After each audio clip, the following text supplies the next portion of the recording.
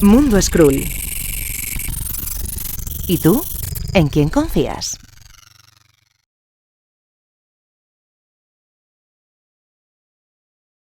Bueno, bienvenidos otra semana más aquí a charlas con autores. Ya sabemos que de momento no estamos fallando y cada miércoles tenemos a un autor diferente por aquí por el canal de YouTube de Mundo Skrull. Y para esta semana, pues nos hace bastante ilusión. No voy a mentir a los que Sí. estéis viendo esto, sobre todo a mí y al señor Brun que estamos aquí presente. ¿Qué tal, Bruni? Pues muy bien, tío, muy contento además por la oportunidad de poder hablar hoy con el gran invitado que tenemos. Y vamos a presentarle, claro que sí, ya le estaréis viendo, pero es el señor Salvador Sanz, autor argentino. ¿Qué tal, Salvador? ¿Cómo estás? ¿Qué tal? ¿Cómo andas? Muchas gracias por la invitación. A ti siempre. Y vamos a charlar un poquito de un repaso a las obras que sobre todo nos han podido llegar aquí a España, porque sí hay mucho más material publicado, sobre todo en Argentina, por una editorial en concreto. Pero aquí, por ejemplo, voy a enseñar a pantalla de las obras un poco que vamos a comentar y de las temáticas. Migrador Nocturno, que aquí lo tenemos gracias a la cúpula. Legión, que lo tenemos gracias a Editorial Ibrea, que aunque Ibrea. publique manga, también tiene este trabajo. Y una publicación que ya no lo tenemos disponible porque la editorial EDT ya no trabaja, ya no está abierta, pero que es joder, se me ha ido. Ángela de Ya Muerte. Y que, bueno, pero se puede conseguir por ahí todavía, ¿eh? Hay material en todo colección que igual se puede conseguir. Pero, y luego también una obra muy curiosa de la que hablaremos, que es, si no me equivoco, la última, que nosotros nos hemos podido hacer con ella en versión digital, que es Mega, que es uno de tus últimos trabajos. Y esto, claro, lo queríamos repasar un poco contigo, sobre todo el tema del enfoque personal que le das a tus obras y tu pasión que tienes por lo que creo son estas criaturas del terror, ¿no? ¿De dónde te viene todo eso, toda esa imaginación tan loca, tan creativa del mundo del terror? Siempre fui un fan del género, un amante de chico, sobre todo de la ciencia ficción, el género fantástico en general, y el horror siempre me atrajo mucho, sea en literatura, sea en historietas, sea en el cine, obviamente, que es lo más popular, ¿no? Y hasta a veces la música, ¿no? Siempre me atrajo el género, particularmente el género fantástico, muy inclinado al horror y eso. Y bueno, uno dibuja, escribe las historias que uno por ahí le gustaría ver, leer, ser lector también. Uno trabaja también por el placer. Digo, qué bueno estaría una historia sobre esto. Yo escribo como para mí, digamos. Obviamente a mí me interesa mucho la comunicación, de transmitir, pero bueno, yo siempre, como fan, como amante del género fantástico, digamos, sentía la necesidad de expresarme, de transmitir un universo propio, personal, y bueno, lo encontré en la historieta, ¿no? Y sobre todo también vemos sobre todo la temática de enfocar cada una de tus obras, ¿no? En Migrador Nocturno vemos que tocas por ahí el tema de trasladarnos, digamos, de un estado de una a otra forma. En Legión vemos que tocas más el tema, por ejemplo, del arte, ¿no? Con personajes como un músico, un pintor, alguien que hace esculturas. Y en Ángela de la Muerte tocas más el tema de la persona humana, ¿no? El tratamiento ese que tiene de separar el alma, el tema de la muerte. Todas estas inquietudes nos dices que nace pues porque también te gustaría escribir sobre estas cosas y lo que vemos en común un poco son esas criaturas ahí y ese estilo tan marcado. O sea, ¿qué referentes tienes, por ejemplo, para la hora de enfocar un poco estas obras? Vos te referís en cuanto al diseño de criaturas, la parte Sí, más visual, ¿no? sí. Y tengo muchas influencias, creo que la original de todas, que muchas veces me lo hacen notar, es el suizo Giger, Giger. fue un poco el Giger, el creador del Alien, de la película, y toda esa puerta que abrió a un nuevo horror, ¿no? Como a tratar de ser creativo, a tratar de crear un monstruo de cero, de la nada, olvidarnos de los vampiros, de los hombres lobos, de los zombies, tratar de crear algo nuevo. Otra de mis grandes influencias es Lovecraft, ¿no? Que él también creó toda su propia cosmogonía, su propia mitología de monstruos. A mí me resulta muy seductor eso, ¿no? Tratar de ser original y novedoso en el género, tratar de aportar algo nuevo y desde lo visual también, tratar de crear un nuevo diseño, una nueva,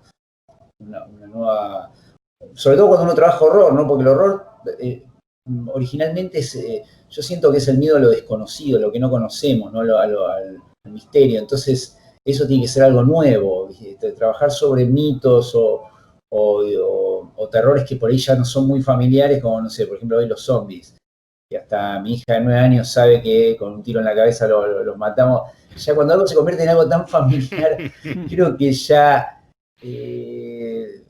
no estamos hablando de horror, es otra cosa, o no estamos hablando de miedo por ahí, ¿no? Ya estamos hablando a mí me sigue interesando esa cuestión de trabajar el horror de forma original, y bueno, y ahí surgen esos diseños. Mis influencias son un montón, ¿viste?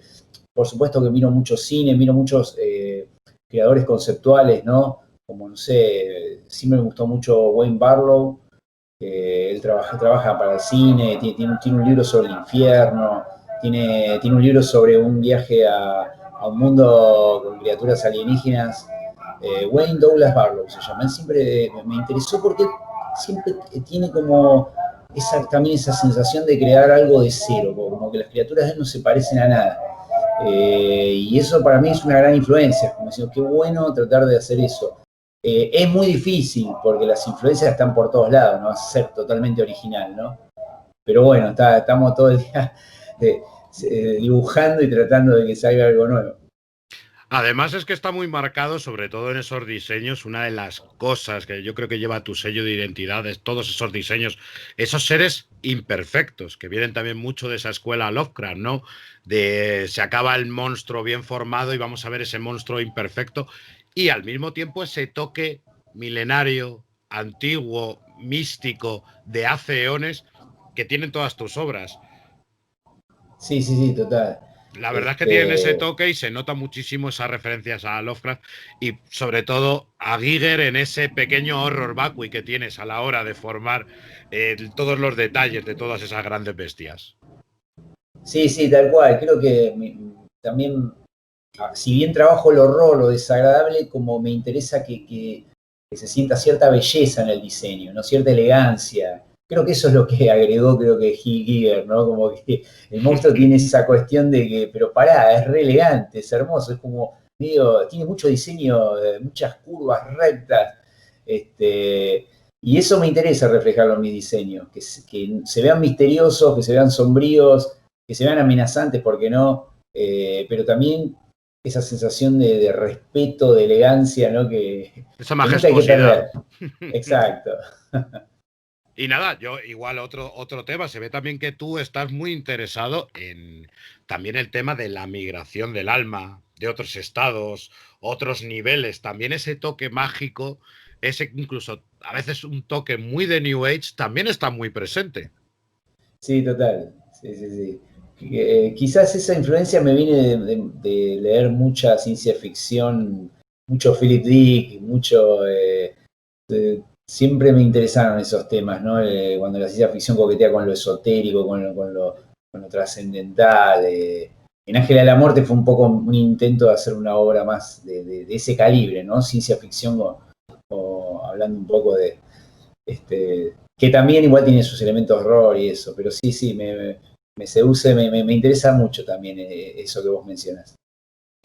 Y en el tema, por ejemplo, en estas obras de las que estamos comentando, ¿cómo lo enfocas? ¿Cuál es digamos, tu proceso creativo y o sea, en el tiempo, ¿no? O sea, dices, primero diseño los personajes, empiezo a escribir la historia y según lo que me vaya, digamos, transmitiendo la historia, enfoco al diseño del personaje.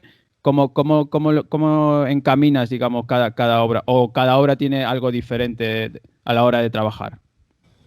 Mi sistema ahora es ir escribiendo en un cuaderno ideas que se me van ocurriendo, medio medio dadaísta a veces, como cualquier cosa porque si no, para mí, esa cosa de sentarse a mirar el horizonte y viste que venga la idea, me cuesta mucho. O sea, a veces uno se ilumina, estás en un colectivo viajando y de pronto, uy, mirá qué bueno. Pero por lo general el ejercicio, la gimnasia de sentarse y tratar de escribir ahí, empiezan a salir cosas, mucho de eso se descarta, pero bueno, siempre algo queda. Y cuando empieza a haber una idea que también se va desarrollando en mi cabeza, me pongo a escribir en Word, ¿viste? Voy escribiendo como una especie de sinopsis larga, a dónde quiero ir, qué quiero. Soy bastante irracional a veces para escribir, ¿no? Por ahí sé lo que quiero, a veces me preocupa más la atmósfera, es como un tono muy particular que me interesa y ahí vienen las imágenes, ¿no? Todas mis historias son muy visuales, o sea, me interesa mucho la parte gráfica y entonces paralelamente que voy escribiendo voy dibujando estas imágenes que se me vienen a la cabeza y trato de desarrollarlas. Y ahí van saliendo el diseño de personajes o de estas criaturas fantásticas. Y voy trabajando como paralelamente las dos cosas, ¿no? Como para avanzar, como cuando el guión esté terminado, cuando el guión tenga un final, un principio, todo un desarrollo, ya tenga los diseños de personajes. Yo escribo para mí mismo, ¿no? Hago todo, como trabajo como un autor integral, entonces ahí me pongo recién ahí a hacer las páginas, hacer el planteo, cómo lo voy a contar, cuánto. Mis guiones son literarios, no son guión técnico, ¿no? Tipo cuadro 1, cuadro 2. Es un gran cuento donde me hablo a mí mismo, porque yo mismo lo voy a dibujar, entonces tipo, Salvador, acá tiene que haber una imagen de tal cosa, acá. Yo se lo puedo dar ese guión a otra persona y lo puede entender, trato de hacer lo más claro posible, pero es un guión literario y ese guión yo por ahí voy a tardar. A veces tardo más de un año en dibujar estos proyectos, porque son una historieta de 80 páginas y con otros compromisos. La verdad que se hace muy largo. Entonces es súper importante que esté todo escrito, todo, porque aunque uno mismo lo haya escrito, uno se olvida de las cosas. Y también está bueno permitirme la posibilidad de ir agregando, cambiando, modificando ese guión. Sobre todo a medida que me enfrento a las páginas, a la narrativa visual, y los personajes, por ejemplo, empiezan a actuar. De pronto me doy cuenta que esos diálogos que yo había escrito hace unos meses no tienen tanta fuerza o necesitan ser modificados para que lo actúen mejor, ¿no? Entonces, bueno, todo se va modificando y se va ajustando. La idea es que cada vez esté mejor, así que bueno, eso es lo que uno va intentando. Además, una de las cosas que tiene tu técnica y sobre todo en este último Mega, se ve muy bien, muy bien, muy bien. Si no me confundo, estuviste trabajando para el campo también de la animación. Sí. Creo que eso también te ha dado un aspecto de que muchas veces tu dibujo es muy, muy, muy, muy cinematográfico e incluso por ponerte el ejemplo de Mega, que es lo último que hemos leído, esos silencios tienen ruido. Vamos a ver, silencios, no hay ninguna onomatopeya, pero el ambiente, el lector sí lo capta y eso es mucho gracias a todo ese lenguaje cinematográfico. Sí, totalmente. Me preocupa mucho la narrativa. Estuve unos años estudiando animación, trabajé un poco en animación. Trabajé también en publicidad y hice mucho storyboard. Y entonces, bueno, de todos esos lados sí me interesó esa narrativa, si se quiere, cinematográfica, ¿no? Pero bueno, la historieta tiene otra cosa, vos muy bien lo dijiste, esos silencios, tiene otro registro que también es muy interesante. Y en Mega sí es verdad que hay unos silencios, está bueno lo que dijiste, porque a veces me pasa que uno cuando narra en una página, todo es narrativa, ¿viste? Todo fluye, todo uno, narrativa, pero a veces está bueno parar la pelota, ¿no? Como y de pronto contemplar, y es difícil a veces construir eso en una narrativa, sobre todo tradicional, ¿no? De pronto que el lector se detenga un poco más y que sienta eso, esos silencios, eso. A mí me interesa mucho, lo que me interesa de la historieta, que tiene mucha subjetividad, ¿no? Porque en un lenguaje cinematográfico los tiempos, la música, hay muchos elementos que nos inducen, nos llevan. Acá hay mucha subjetividad, ¿no? Esos silencios que mencionamos, yo no sé cómo lo interpretan ustedes. Yo puedo ponerle un poco más de énfasis a algo a otro, pero son bastante. Y eso me parece interesante. Porque nadie puede decirle a un lector de historietas cómo cuánto tiempo tiene que tomarse para leer una página, ¿no? Tenemos un montón de herramientas para inducir, ¿no? Para decir, bueno, esto puede ir más rápido, más lento. Esta secuencia tiene tantas imágenes iguales que parece que se ralentiza, pero la última palabra la tiene el lector, y eso está buenísimo. Todavía creo que es muy interesante la historieta. Es buscar básicamente muchas veces, la parte que os toca es buscar esa poética de la imagen, ¿no? De darnos esa poética de la imagen para nuestra interpretación. Total. Jugando con esos tiempos, que es un recurso que en el cómic los autores pues podéis aprovechar, ¿no? Y además, como mencionabas, creo yo personalmente, no es lo mismo igual estar siguiendo una conversación de dos personas, que igual hay que aprovechar algún recurso más, a ver los silencios, como decía Brun, pero además acompañado de figuras y de monstruos que dices, aquí me detengo un rato porque hay que apreciar el arte de la composición de la página, de los detalles que tiene esta figura y de muchas cosas, que incluso el tema del color, como también ambienta y hace que te detengas o vayas más deprisa en algunas cosas y tal. Los fondos, los paisajes. Los fondos, los paisajes que hace que jueguen con el lector, ¿no? Y como dices tú, igual hay personas que igual pasan rápido página y hay otros no, que se detienen, tienen tu tiempo, se toman ahí un momento para apreciarlo bien.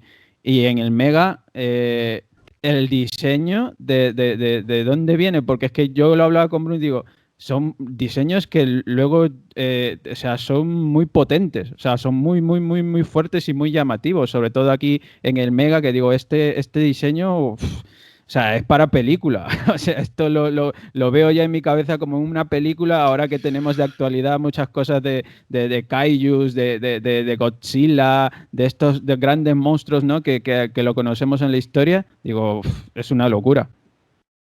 Porque hay que contar también un poquito lo que es Mega primero, ¿no? Salvador, Mega, con tus propias palabras. ¿De Cuéntanos qué trata? tú.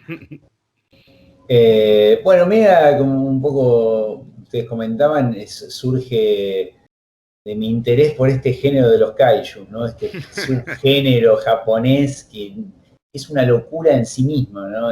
Y tengo que confesar que yo tengo 45 años y la verdad que me empezó a obsesionar de adulto. Uno lo relaciona por la infancia. A veces me preguntan, che, pero esto que de chico veía estas películas, porque encima son películas viejas. Es algo como, no sé por qué me empezó a obsesionar, que es como algo muy ajeno, muy distante a nosotros, porque es muy de la cultura japonesa. Si bien sobran los ejemplos, ¿no? Que occidentales, mismo tenemos al Godzilla acá occidental, acá. Es algo muy raro, o sea, cómo construir una historia de 1 hora y media, 2 horas, con monstruos gigantes que no hablan, no sabemos qué tan inteligentes son, y nos ven como hormigas, y eso me empezó como a interesar, como diciendo, qué interesante, cómo contar una historia de eso y que sea atractiva, que no sea nada más una locura, y yo creo que ahora cuando está terminada la historia, creo que igual sí se le debe muchísimo a todas las influencias de ese género de Mega. Yo lo que quise fue traerlo, yo soy argentino y me interesaba por ahí contar una historia de monstruos gigantes, pero bueno, traerlo un poco a mi región, a ver qué pasaría, ¿no? El otro día hablaba con una persona que yo, viste, decíamos, bueno, en Japón está Godzilla, los gringos de Estados Unidos tienen a King Kong. Nosotros no tenemos un referente. ¿Por qué nunca creamos un monstruo así que se mida con estas superpotencias? Y me pareció como interesante desde ese lugar, cómo sería acá. Y nada, traté como contar una visión muy personal de ese género, ¿no? Cómo encarar los elementos de ese género que están todos en la historia y bueno, ¿qué se puede hacer? Después, bueno, sacarán sus propias conclusiones. A mí no me gusta mucho analizar mi propia obra, me prefiero que la analice otro, ¿viste? Como que es medio raro. Es más, siempre los análisis de otras personas terminan siendo más interesante que mi propio discurso, me parece. Pero sí, creo que lo más raro, ese problema, y a su vez era algo que me atraía, era eso de que los protagonistas de la historia son monstruos gigantescos y, como decía, no sabemos quiénes son, no sabemos cómo se comportan, porque no quería que hablen, no tienen voz en off, y por eso tiene mucho silencio la historia y quería que sea una experiencia muy visual, ¿no? Y incluso tratar de transmitir con algunos detalles, con algunos planos, qué pasa por la cabeza de estos monstruos, ¿no? Obviamente ahí entra el plano de vuelta a la subjetividad, pero quería que se miren, incluso hay algunos insert como que parecen como flashback de estas criaturas, hay algunas imágenes cósmicas, todo es muy grandilocuente, ¿no? Son como unos semidioses gigantescos caminando sobre la Tierra y bueno, eso es lo que...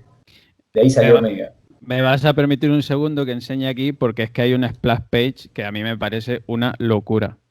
O sea, este plano de los dos monstruos ahí como separados por en medio de a ver qué pasa, a ver qué pasa, a ver qué pasa, me parece impresionante. Y uno de los elementos también que vemos que se añade a la historia es el tema de un niño o de una niña, de un personaje tan infantil que hace, creo, contraposición con la figura del monstruo, ¿no? Siempre tenemos muchas referencias en el cine, en la literatura, en el propio cómic, de la figura de un monstruo, algo de terror horroroso, por así decirlo en algunas formas, frente a la inocencia de un ser tan frágil, igual que como puede ser un niño, y que esas dos cosas se junten en una historia, pues como ahora pasamos a ver en Mega, es que mola mucho. ¿Cuántos números van a ser, Salvador? Porque aquí en la edición digital, si no me equivoco, en la portada pone 1 de 4.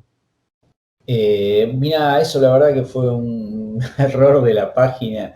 Yo la verdad que no. Sí, creo que decía capítulo 1. Sí, de 1 de 4. 1 de 4. Y creo que el que arma la página puso capítulo 1 y nunca más puso capítulo 2, nada, entonces quedó como que todo Mega es un solo capítulo. Pero ahora me estoy desayunando, la verdad no sabía esta información que decía 1 de 4. Es un poco precaria la página, pero bueno. Lo que mi idea en mi cabeza es hacer un Mega 2 y tratar de hacer un tercer libro. O sea, la idea es contar todo en 3 libros. Vamos a ver si lo logro porque lleva mucho tiempo.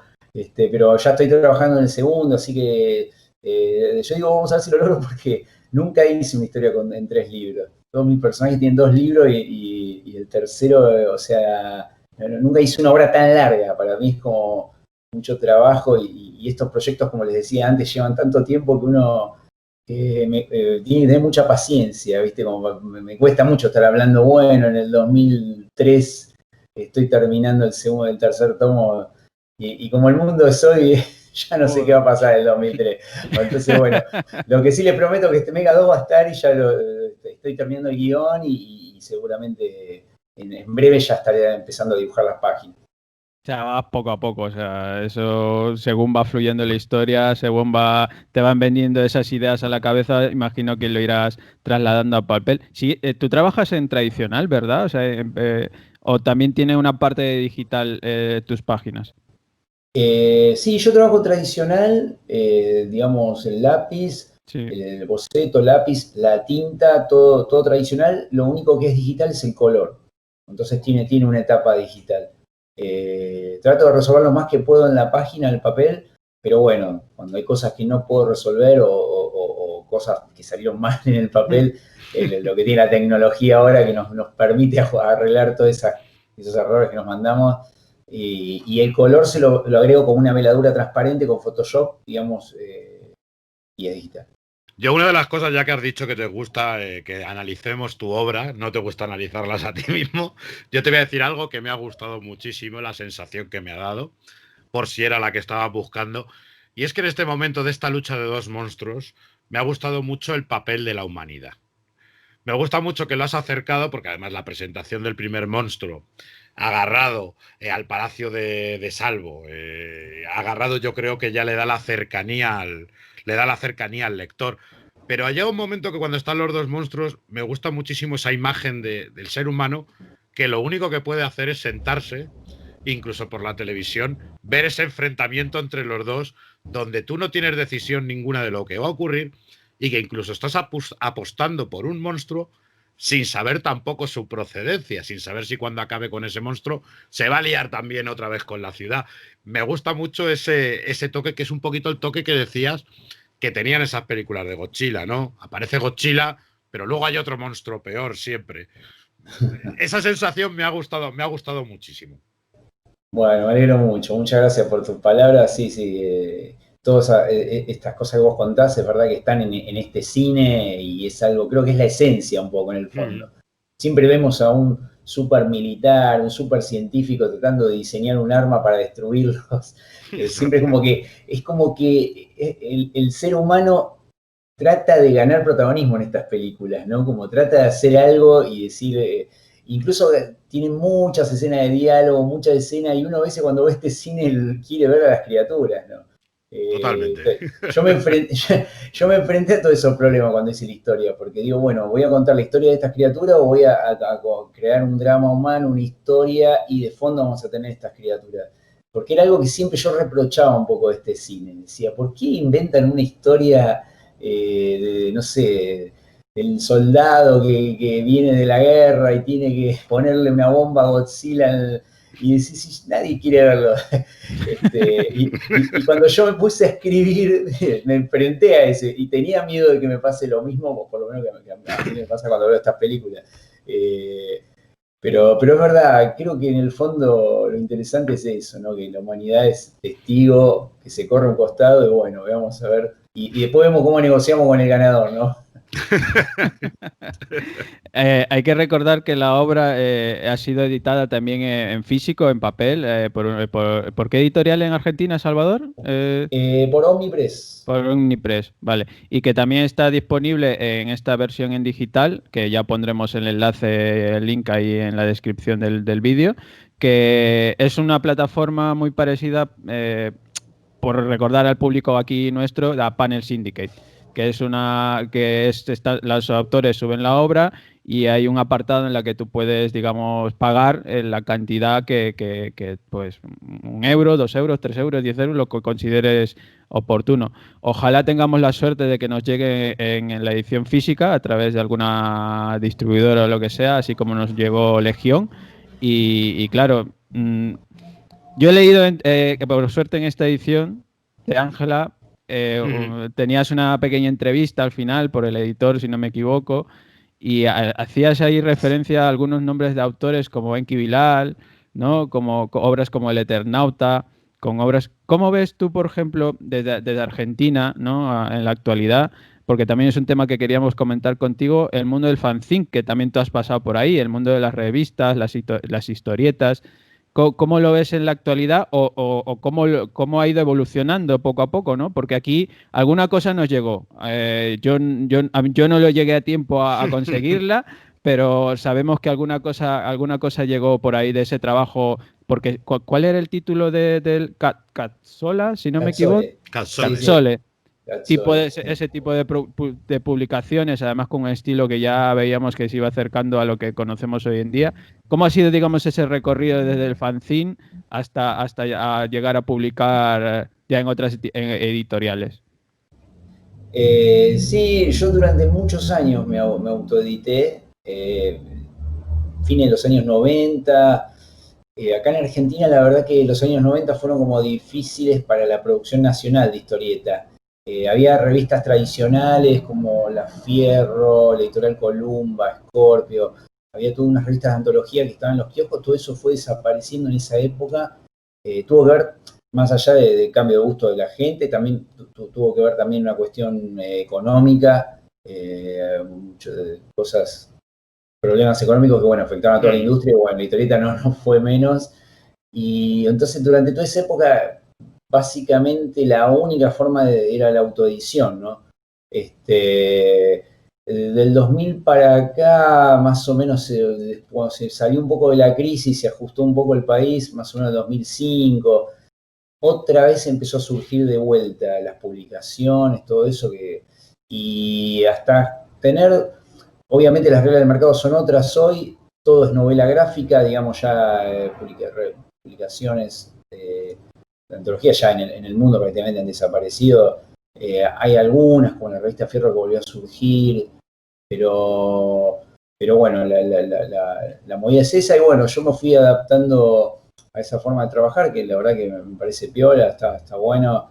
Empecé en ese bache hice animación, me dediqué a la animación, pero bueno, mi pasión es la historieta, así que la verdad que volví, ni bien se pudo, se acomodó un poco el mercado, otra vez volví a tratar de publicar en algún lado, ofrecer mis proyectos. En esa época yo hice esta pequeña novela gráfica que se llamaba Legión, y la hice para la editorial Librea, que es una editorial argentina, pero que tiene una pata muy importante en España. Editan ellos, se especializan en manga. Es manga. Sí. Claro. Y de hecho el editor vive ahí en España. Y ellos en esa época les estaba yendo muy bien, y cuando le va bien a Ibrea, apuesta a los autores nacionales. Y bueno, ahí les ofrecí esta novela gráfica Legión, que era una historia muy cortita de horror, que también salió, digamos, tuvo su edición española, era exactamente el mismo libro, que bueno, la Ibrea hizo 2 ediciones, tal cual. Edición de España, Argentina. Sí. Y ahí un poco empezó mi movida como autor integral, digamos. Una de las cosas que a mí me llama muchísimo la atención es el tema editorial argentino. A nosotros nos parece otro mundo. Nosotros que estamos acostumbrados aquí a tener, por ejemplo, por un lado Panini, que se hace cargo de Marvel, ECC, que se hace cargo de DC, luego todos esos sellos como Image, Boom, que están repartidos. Allí, por ejemplo, tenéis Omnipress, que engloba muchos géneros, muchas editoriales diferentes e incluso mucha competencia dentro de un mismo sello, ¿verdad? Sí, es verdad, es increíble. Omnipress acá siempre editó Marvel y ahora también está sacando DC. Esas cosas.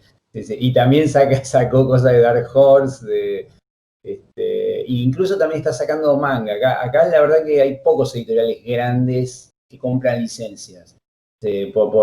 Son 3, o sea, Omnipress, que es la que trae todo esto que decía, Marvel, DC, algo de manga está editando. Ibrea, que tiene más básicamente es todo manga, también tiene una pequeña línea de cómic americana y nacionales. Y después hay otra tercera editorial que se llama Utopía, que saca cosas más de tipo Image, ¿viste? Ese tipo.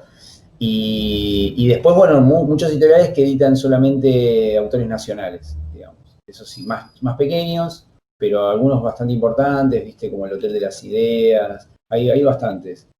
Y después tenemos mucho material que nos llega de España. Siempre nos han llegado, bueno, Panini está acá, tiene su presencia. Así que hemos leído mucho lo mismo que leen ustedes también. Con otro precio, más caro llega. Que ya aquí no es barato, no me quiero imaginar cómo llega allí a vosotros.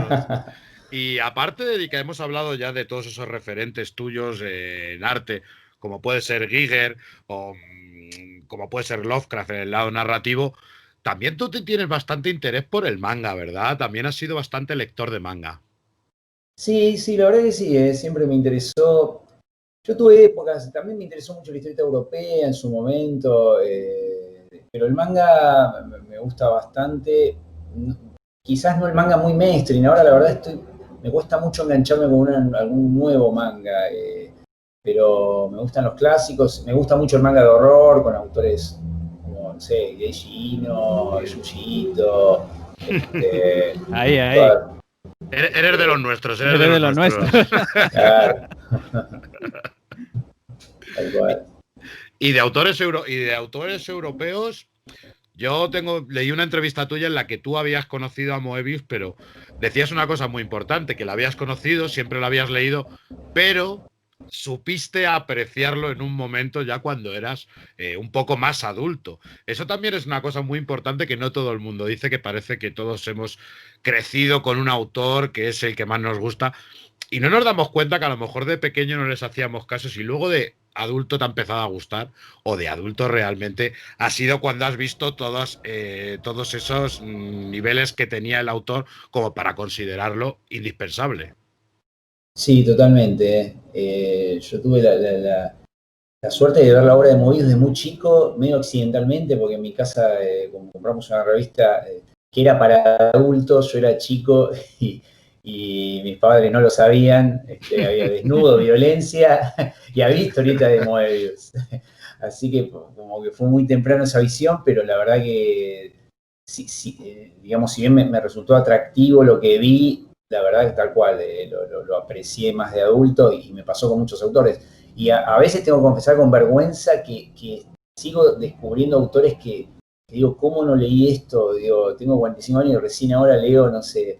El otro día decía, estaba hablando con no me acuerdo con quién, que decía, todavía no leí nunca Tintín. Digo, ¿cómo puede ser que me dedico a la historieta y no leí Tintín, que es un clásico, ¿viste?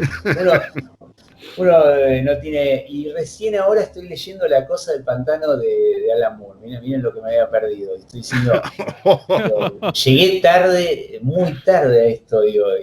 Así que, bueno, eso lo digo con vergüenza porque digo, ¿cómo me tomé tanto tiempo para leerlo y leí otras cosas por ahí mucho más berretas y más pero sí, hay autores que uno tiene su momento, ¿no? Hay que encontrar el momento, a veces, viste, uno por ahí sabe que es bueno porque a todo el mundo le gustó, pero por alguna razón no se siente atraído a leerlo, ¿no? Seguramente les ha pasado, viste. Pero bueno, todo tiene su tiempo y ya voy a leer Tintín. Con el repaso que hemos hecho un poco a tus obras, ¿tú has estado por aquí, por España, en alguna sesión de firmas o eventos? ¿Has tenido la oportunidad de estar por aquí? Yo viajé hace muchísimos años a España y fui a un evento en Francia, fue algo medio raro. Yo igual era un artista totalmente desconocido, ¿no? Y estuve de paseo nada más. Y no pude ir a una convención de cómics de España. Creo que fui a Sitges, al festival de terror. cine de terror, porque casualidad justo estaba en ese día, tengo que ir ahí. Yo siempre había escuchado de Sitges y me parecía algo increíble. Y me acuerdo haber tenido una entrevista en la cúpula, haber tocado timbre ahí cuando todavía me atendieron, ahí mostraron trabajos. Me recuerdo, para mí fue increíble porque yo, por ejemplo, antes había estado en Francia, que tiene unas comiquerías increíbles, pero estaba todo en francés, ¿viste? Y yo digo, no, en España me volví loco, el bolso lo llené en España. Recorrí todas las librerías ahí y me puse al día con mil cosas que la verdad que tienen unos negocios alucinantes. Sí, lo decimos nosotros que somos libreros, trabajamos en una tienda de cómics y lo vemos todos los días. No, pero la pregunta iba por el tema del mundo editorial, por si habías tenido contacto tú directamente con editores de aquí o con editoriales para, digamos, para volver a retomar un poco el tema de nuevas publicaciones, ¿no? Por ejemplo, el Mega, de Sí. decir, oye, ¿por qué no se hace una edición en España? Yo, por ejemplo, nos suena a nosotros el caso de un autor chileno, Félix Vega, que publica en Chile en Planeta, pero aquí también nos llegan sus ediciones en Planeta, como Juan Buscamares, como Duem.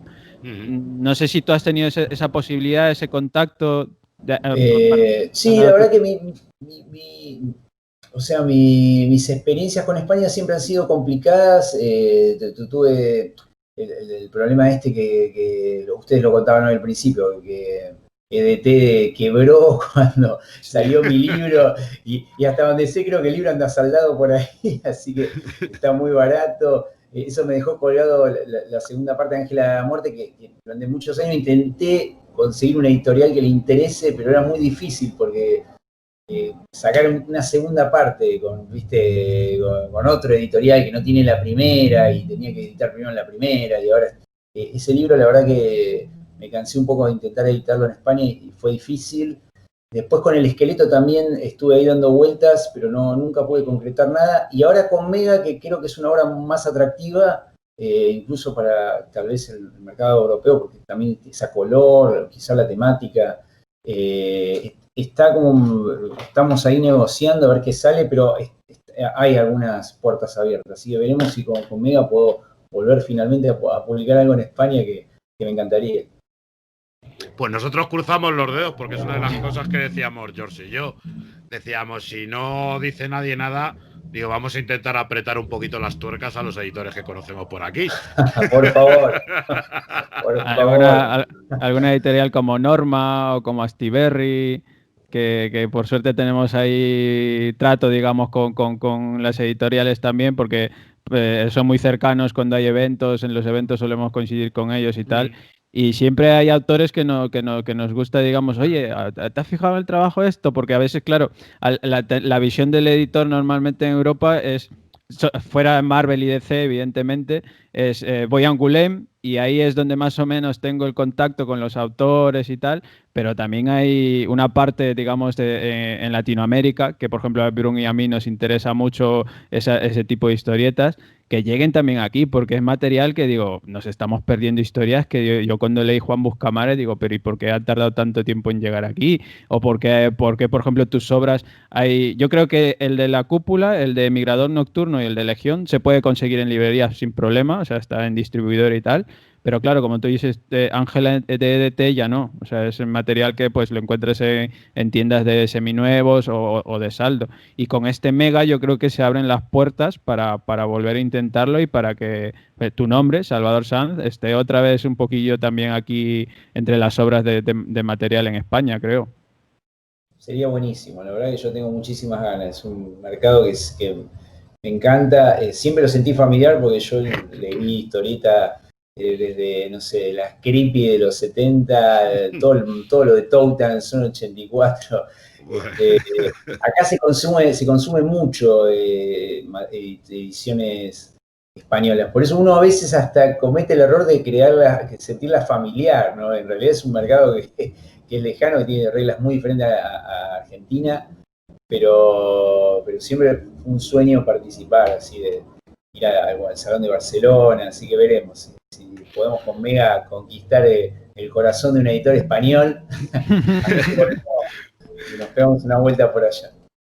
Además, ya te digo, es una buena época porque, como bien sabemos, muchas veces el cómic está bajo esa alargada sombra de Marvel y DC, de ese superheroico, y parece que eso le ha estado siempre estar más retirado de lo cultural. Ahora aquí en España se está retomando, se está apostando mucho, por ejemplo, nosotros por el cómic nacional, se está empezando a apostar por opciones un poquito más alternativas que incluso el público, incluso el lector, llega a la tienda demandando algo que no sean superhéroes, que no sean americanadas. Buscan algo que sean un poquito más cercano e incluso más original. Ah, bueno, buenísimo. Es el momento entonces. Es el momento, es el momento. Yo creo que sí, ¿eh? Lo vemos día a día porque es eso. O sea, DC y Marvel, digamos, son las editoriales grandes, pero ya como que el lector empieza a ver cosas en un sentido cíclico y repetitivo. Y lo que busca es pues historias autoconclusivas de formato europeo, incluso el propio manga que el boom ha explotado y hoy en día el manga aquí en España creo que vive uno de sus mejores momentos, cada vez saliendo más editoriales de manga. Antes había, por lo que decías, Ibrea y algunos más, y ahora se han sumado prácticamente todas las editoriales, aparte de sus líneas europeas, tienen su línea de producción nacional y manga también. Cada van abriendo y se van abriendo paso en el mercado. Pero con Mega, vamos, yo ahí tendremos que hablar en algún momento con algún editor y mira, oye, mira este trabajo y ahí a ver si sale algo. Y en nombres argentinos, Salvador, ¿cómo ves tú el panorama allí? Porque vemos que muchos autores argentinos están trabajando para el mercado americano, ¿no? Sí. Ferreira, Gerardo Safino, propio de Olivetti, y también hay otros que se dedican íntegramente seguro a la historieta argentina, pero hay otros que están saliendo fuera. ¿A ti alguna vez te ha intrigado, digamos, el probar, el trabajar para alguna de ese tipo de editoriales? Ya no solo DC y Marvel, sino Image, Dark Horse. La verdad que ya hace bastante que no, como yo trabajo de una manera integral, como autor integral, a veces estos editoriales trabajan de una manera diferente, ¿no? Como buscan más armar el equipo ellos, ¿no? Tener como un poco más control del proyecto y se me hace difícil. También creo que también tiene que ver con que yo soy un malo como agente de mí mismo, ¿no? Soy bastante tranquilo. Ahora estoy publicando Ángela de la Muerte, estuve desde el año pasado en un editorial muy chiquito de Estados Unidos que se llama Red Fire Comics.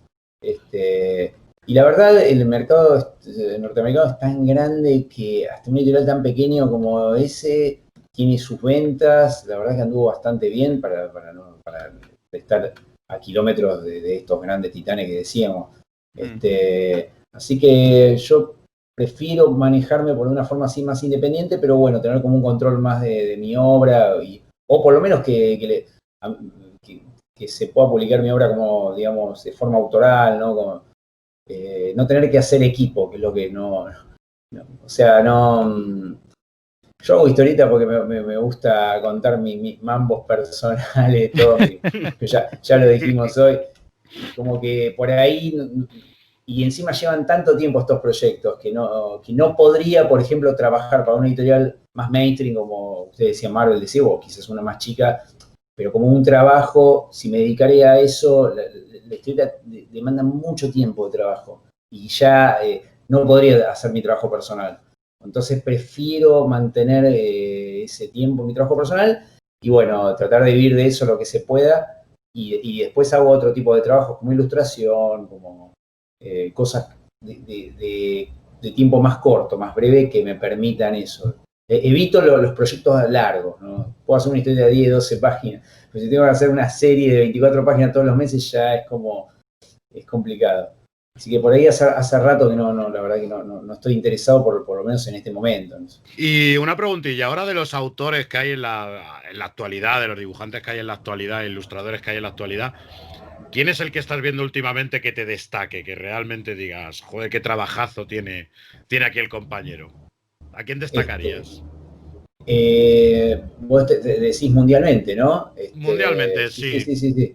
Mirá, yo soy voy descubriendo autores, un autor que a mí me encantó, ahora que me metí con el tema de las criaturas y eso, es un norteamericano que se llama Ricardo Delgado, que hace unas Ricardo historietas que se Delgado, llaman... la era de los dinosaurios, de Age of Dinosaurs.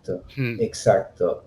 Eso la verdad, no sé si es tan conocido, si tan popular, pero me pareció como increíble, como proyecto, como narra, es como que construyó historias de dinosaurios, pero que parece, no sé, Game of Thrones, con violencia, sexo, crueldad, no es que es como un National Geographic, un documental, pero aparte el tipo tiene una experiencia, porque creo que es storyboardista para producciones de Hollywood, entonces tiene una narrativa visual muy impactante, parece...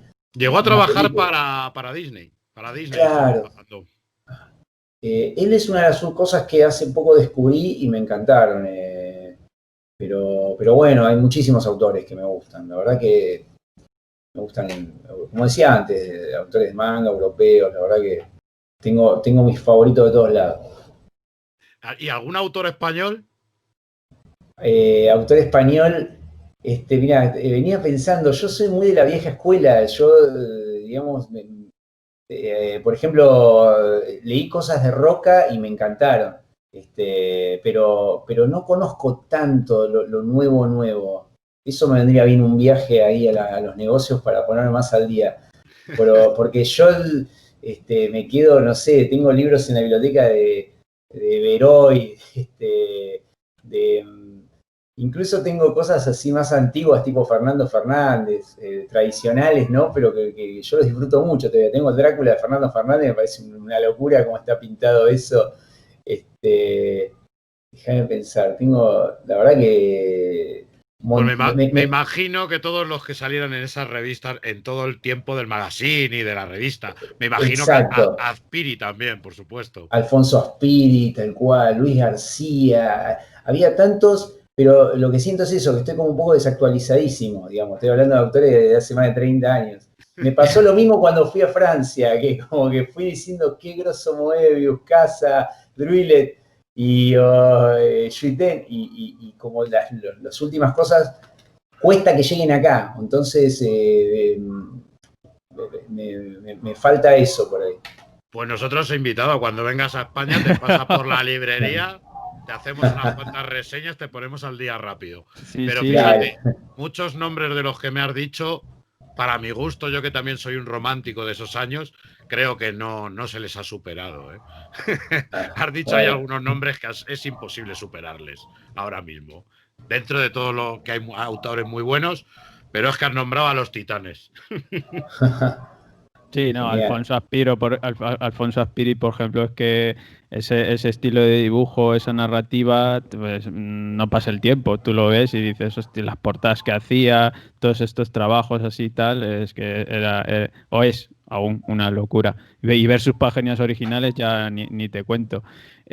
Salvador, hemos creo hecho un repaso bastante interesante contigo.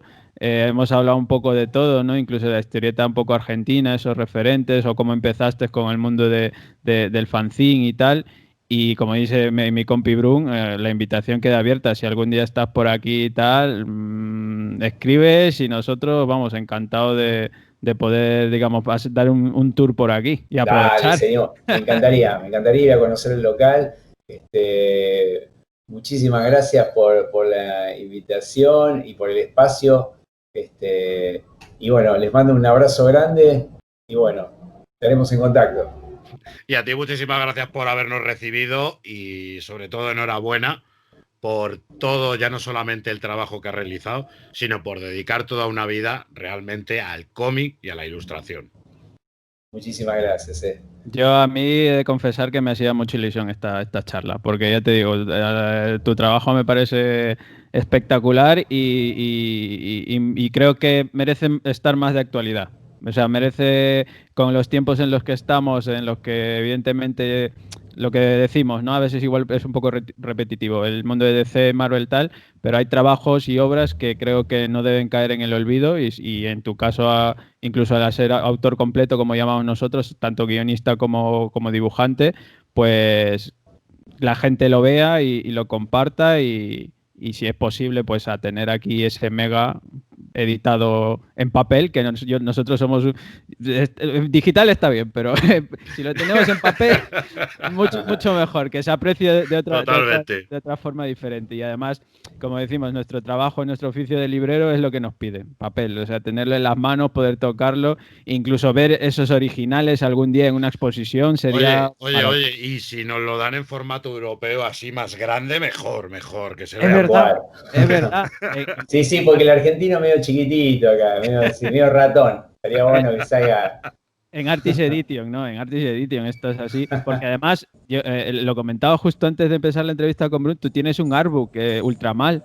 Eso, es que eso, por ejemplo, también, ¿por qué? ¿Por qué no lo tenemos por aquí? Es que yo lo quiero. Es que yo soy un coleccionista de artbooks. O sea, todos los artbooks de todos los autores que pueda tener a mí me encantan, porque es una forma, digamos, de tener en un solo tomo o en una edición más cuidada, ya no solo su obra en cómics, sino también ilustraciones, portadas y tal. Pues Salvador, ha sido ha sido un placer contar contigo, que estés aquí con nosotros. Y nada, pues la invitación está abierta y si se llega a editar aquí Mega, pues ya volveremos a hablar. Dale, sería increíble. Muchísimas gracias de vuelta y bueno, espero que pronto tener un libro nuevo en España y que sea Mega. Así que, bueno, mil gracias. Un abrazo grande a los dos, Daniel, Michael. Estamos viendo. Un placer. Un abrazo, Salvador. Nos vemos. Gracias. Mundo Skrull. ¿Y tú? ¿En quién confías?